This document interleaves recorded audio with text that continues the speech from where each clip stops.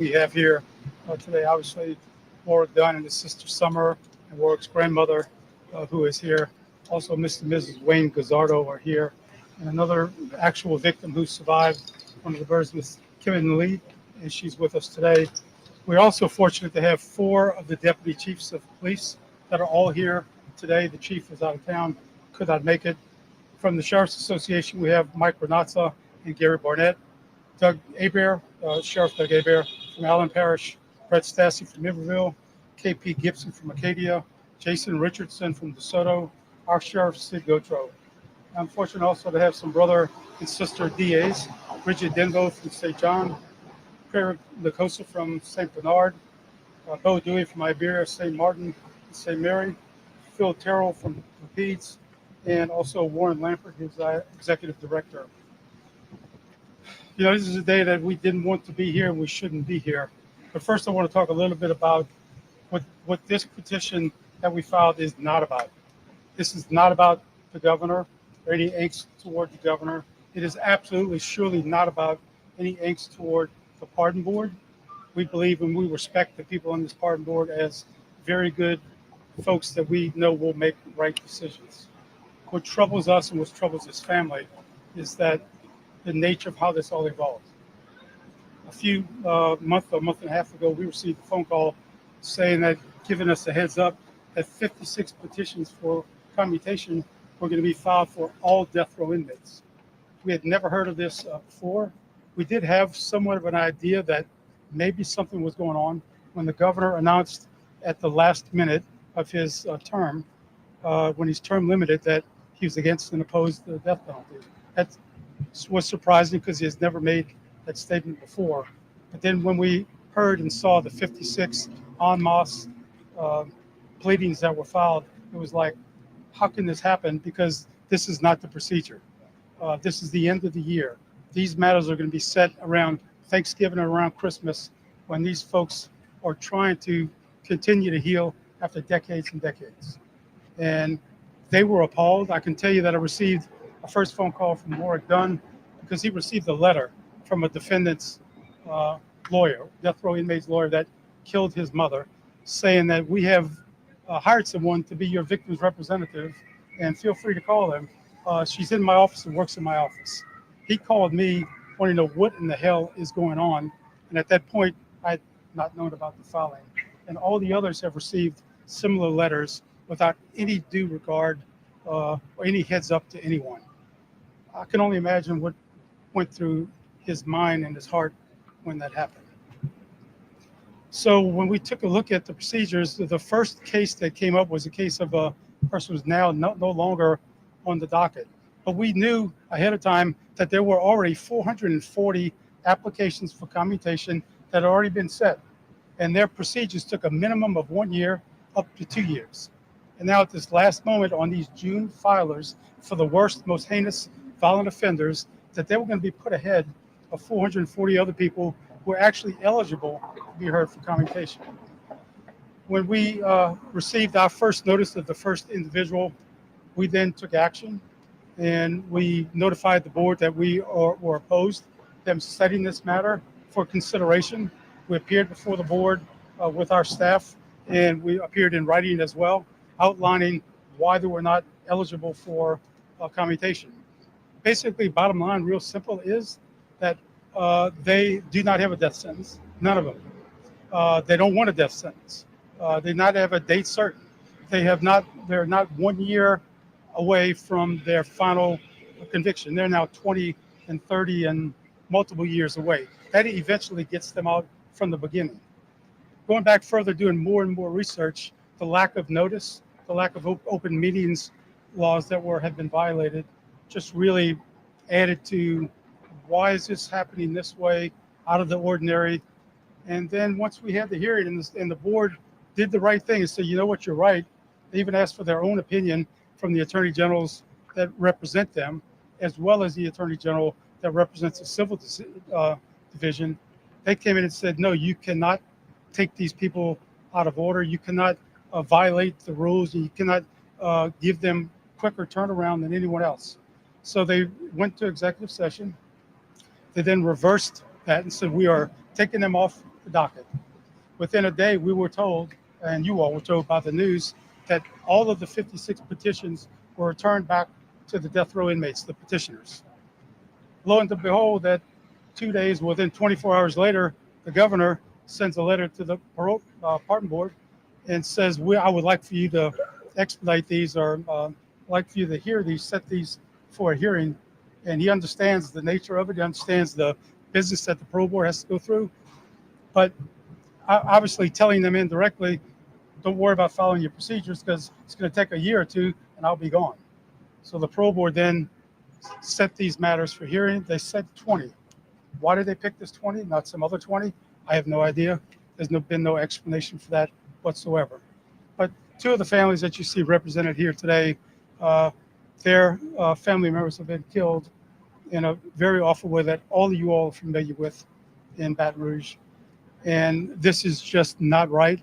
It's wrong. It seems to be one man's opinion to try to direct everything into the direction that he would like to go. What also gets us is, we look at the news articles and we talk about death row inmates, and this is death row. This is death row. The death row that these guys have faced are all over the state of Louisiana in little headstones. That's the real death row, and that's who we're here to represent, not only these victims, but the process. We don't contest that the governor has the authority to commute. We don't contest that the parole board has the authority to recommend commutation. We do contest that these folks are not eligible and that the procedures must be followed.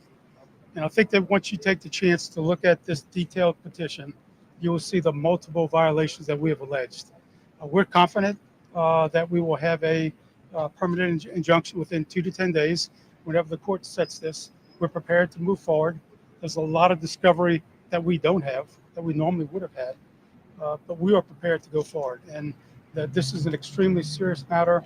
It does not touch on the propriety of the death penalty whatsoever. It's simply the procedure that's being employed on this expedited basis. So, having said a lot, I know that the real people here that you want to hear from are Warrick Dunn and his family, his sister Summer, his grandmother, and Miss Kim Lee, who has survived many shots to her body that night, as well as Mr. Wayne and Carol Gazzardo, who have been really vocal on the death penalty and what's happened to their daughter, and another young man, Mr. Breakwell, who died alongside their daughter. So I'll answer any questions you have or allow you to speak with family members as they'd like to speak. Does this injunction only apply to East Baton Rouge inmates or others as well? So, right, well, we'll see. I think that you may see others may join. But at this point, me as the DA in Baton Rouge, I think that standing is here, East Baton Rouge Parish. And if the procedure is applied for our three, it's the same for any other one, because the same procedures or lack of procedures have been used. And I'm sorry, I forgot to mention Lafayette Sheriff Mark Garber that is also here. I apologize. But we believe that this matter will be heard. And once you take a look at the pleadings, you'll see how clear this is, and something has caused this to be expedited in an unlawful fashion. Did I read correctly in the injunction that this applies to 20 of the 55 currently pending applications? So 20 of the 55 or 6 have been given dates. And why those 20, I don't know. Who did we bump of the 440 to get to those 20? And then when are they going to set the other 36? There's no answer. There's not a rhyme or reason that we know of. They may have an explanation. Again, I want to be real clear that the pardon board, executive staff and directors have always been extremely helpful, honest, and open with us, as has been the parole board, who are friends and are hardworking individuals. I don't like the position that they've been put in by this. It's got to be gut-wrenching for them as well to have to stand before these folks if they ever get there, which we say they will not because of the legal impediments. But it is what it is at this point. Do you think So is the injunction requesting a halt on the hearings for those 20 or for the All of 3 them. East Baton Rouge defendants? For all of them, correct. Do you think the governor's pressuring the parole board? I don't think there's any doubt by reading the letter after the parole board did what they did, and then he sends that letter, and then within 24 hours or less, that's set back again. It's besides that, look, the parole board and DOC, they had to hire had to use people in extra time capacity and pay them overtime to come out and try to generate these reports on these individuals that normally take a year to 2 years. So they're working overnight and paying. The other issue is who's paying for these 56 defendants all of this work. I know they're not paying for these folks. They say they're hiring counselors. They don't want their counselors. They want people that understand their situation and stand behind them. So it'll be very interesting. We are proud to represent them, and we look forward to our day in court. So now that you filed your injunction, can you walk us through what the next step is? And So something like that? it has been assigned to Judge Don Johnson, is what we're told by the clerk's office. And by law, the court has 2 to 10 days to set the matter for a hearing. So we expect that will happen. What we don't know is what position will the board take? Will the board vote on whether they want to oppose this or they agree with it? Who's going to represent them? There's a lot of things that have to happen in a very short period of time. But again, the situation is everything that has been done has been premature without following procedures and laws. And they have to, if they even want to start again, they have to start all over from square one, and that'll be sometime next year or the year after. Do any of the family members want to talk to us and walk us through how you guys are doing today and what you make of all of this? We've been doing this for 28 years. From appeal after appeal after appeal to the Supreme Courts, all the way up to the Washington Supreme Court. It's all come back the same way. 2 weeks, 3 weeks before the governor did this, we went before the judiciary, House of Representatives, because they brought a bill up to cancel the death penalty. And we went in and we fought it tooth and toe. Been doing it every year for the last 28 years, and we beat them. And the governor didn't like it. And all of a sudden, this is when this started happening, time over time again. So you can take it for what it's worth, but yeah, I think the governor's in the middle of this.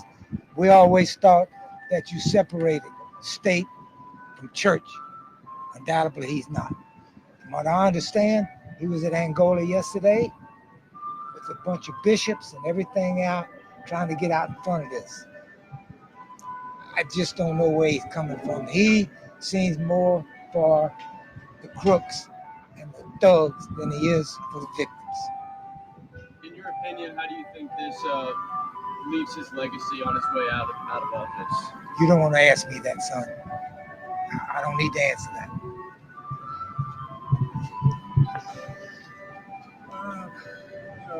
I've been dealing with this for 30 years. To receive a letter about commuting sentences for individuals who committed heinous crimes, to me, is disrespectful. And it really affects all of us, all the families who have individuals that are in prison. They're still alive. My mom has been gone for 30 years. 30 years. She would never be able to meet her grandkids. You know, she missed all the experiences of the things that I've done in my life. I mean, she's not here to experience that. And this guy's been in prison for 28 years, 30 years or so, and he's waking up every day, eating 3 meals, breathing, laughing. He's able to pick up the phone and call his family members. We can't do that. This is disrespectful. And just think that he's using taxpayers' dollars to, every day, using their money, living, eating. And what do we get? We get the governor thinking that because of his religious beliefs that, they should be commuted. No, I don't agree with that. And I don't think he would ever understand. But when it hits your front door, then he's going to understand. I mean, that's just the realities of life. But, for me, it is important that this is just justice, right? And I'm still not sure why he's still alive. But, if that's the case, they need to also give my family all the money that they spent on these individuals in prison for all these years. They need to give that to my family as well. They need to, pay us for being able to have pain and suffering, dealing what we've been dealing with. And I think they should do that with all of the families. I mean, it is disrespectful. It's something that, I mean, I can go on and on and on. And, it's just disheartening to see that we've had to come this far. I had to come into Baton Rouge, and I don't even live here anymore, to be able to, speak and say how I feel, right? This is not what it's about, and it shouldn't be about this. It should be about doing the right thing, and the right thing is, making sure those guys don't have one opportunity to ever get out, but they should not be alive. Oh yes, ma'am. I would be comfortable moving forward, but at the same time, I mean, I want justice as well. I mean, again, my mom was a police officer killed in the line of duty, and you have a police officer, and all these police officers here, if we don't show justice to law enforcement, anybody can anywhere can do anything and don't suffer any consequences other than I'm gonna just spend life in prison. How is that fair? How are you protecting law enforcement who's supposed to be protecting all of us? So for me, the justice needs to happen, and it needs to happen ASAP. Do you think the governor cares about justice? Well, the only thing I know the governor cares about is his religion, and religion has nothing to do with right and wrong. Okay, I mean, I went to Catholic high school. I understand. I mean, that it has nothing to do with right and wrong. And the governor, excuse me, he should just step out of the way and move on, so we can just continue moving forward. You want to say something? This is my sister, by the way.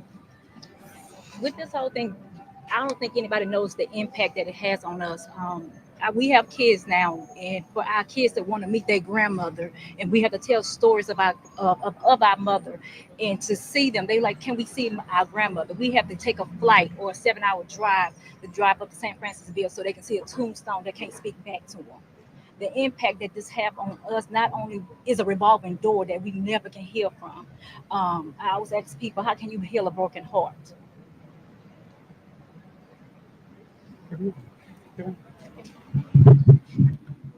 I too agree with Summer for very much. The impact that this has put on all of our lives. I can't imagine what they're dealing with, not having their mother and being able to see them grow up and be the people that they are today. The torment that it brought to my life and the darkness is undescribable. I think this is wrong. I don't think that they should be allowed another chance, because I never will have another chance to never relive what happened. I was next to Betty when she took her last breath. They will never have the opportunity to have their mother with them. And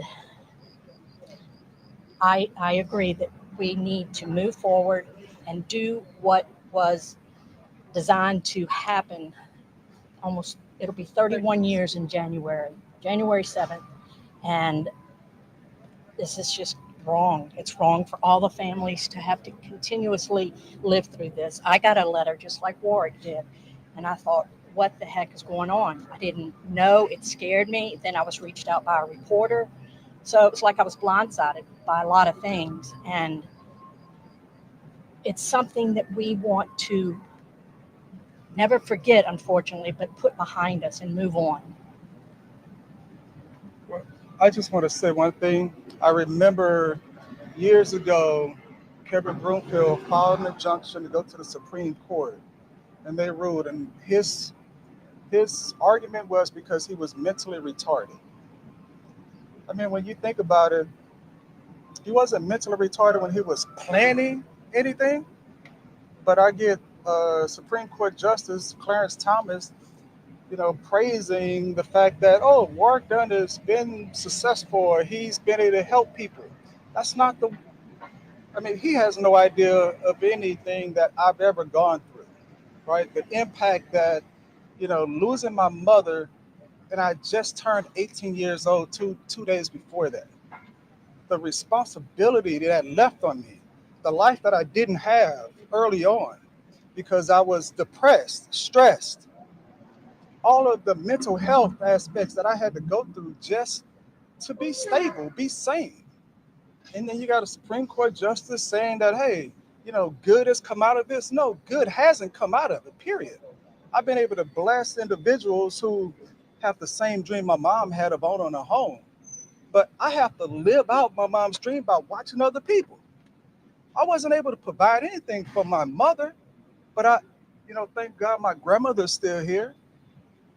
My brothers and sisters, we're able to stay connected. But not everybody is going to react to situations like that. And to use being mentally retarded, I mean, that is disgusting. You weren't doing that. You weren't mentally retarded when you were planning it. And to have Clarence Thomas doing a dissent, I just don't like it. It's disrespectful. And I mean, it's rude. And this is the first time I've been able to say anything about it because he's not walking in my shoes. He's not going to understand my journey. Again, if it comes to your doorstep, your perspective is going to change. Period. It's the experience that we all go through that really gives us the perspective of moving forward in life. I'd like to say one more thing. One of the first things they bring up in all this is race. I can guarantee you, him, me, everybody else who's had murder, it's not the first thought that comes to your mind. Was it a white man that killed my mother? Was it a black man that killed my daughter? Race has nothing to do with this. Nothing at all. So I have Lauren Lampert here from the Director of the Louisiana DA's Association. He had a question about other cases in other jurisdictions, so you can answer the question. Lauren. Thank you, Hiller, and for the victims' families. You understood the sacrifice they made. You understood. You heard where this rocked their world. That just when they get to having to be able to discuss their loved ones at Christmas and remember the fond times, this is thrust right back in front of them, and they have the potential of spending this Christmas battling to keep justice in place. With respect to the additional filings, we anticipate there will be additional filings next week in all of the cases that are pertinent, or at least most of them. We are obviously supporting the efforts of the East Baton Rouge District Attorney's Office in these two cases, and we will monitor the progress. We have DAs from around the state here today who have cases that are coming up in the next week or so. And so we expect there will be another round of filings next week, and each case kind of stands on its own merits and has a lot of similarities as well. So, I have a question for you, Lauren and Hiller, as well. I mean, legally, the injunction you filed today, is this a question of the board adhering to its own procedures and rules, or is it a question of the state law's authority over those procedures and rules and its ability to draw them itself? the answer to that is yes, James. It brings in the statutes that come into play, the open meetings. It also deals with the process of setting a case for hearing. That is set by statute. It also deals with the violation of their own properly promulgated rules, such as Hiller mentioned. There's no way to read the rule that says you can't file this in a capital case. It has to be filed within 1 year of the disposition of the final direct appeals. There's no other way to read that. It's absurd to say it means anything else other than that.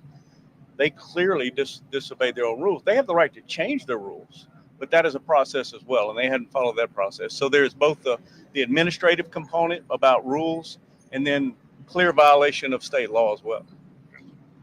Thank you. Anyone else? Thank You aren't sweating. Thanks That's for pretty coming. Appreciate impressive. Thank you all. Thank y'all. Appreciate it.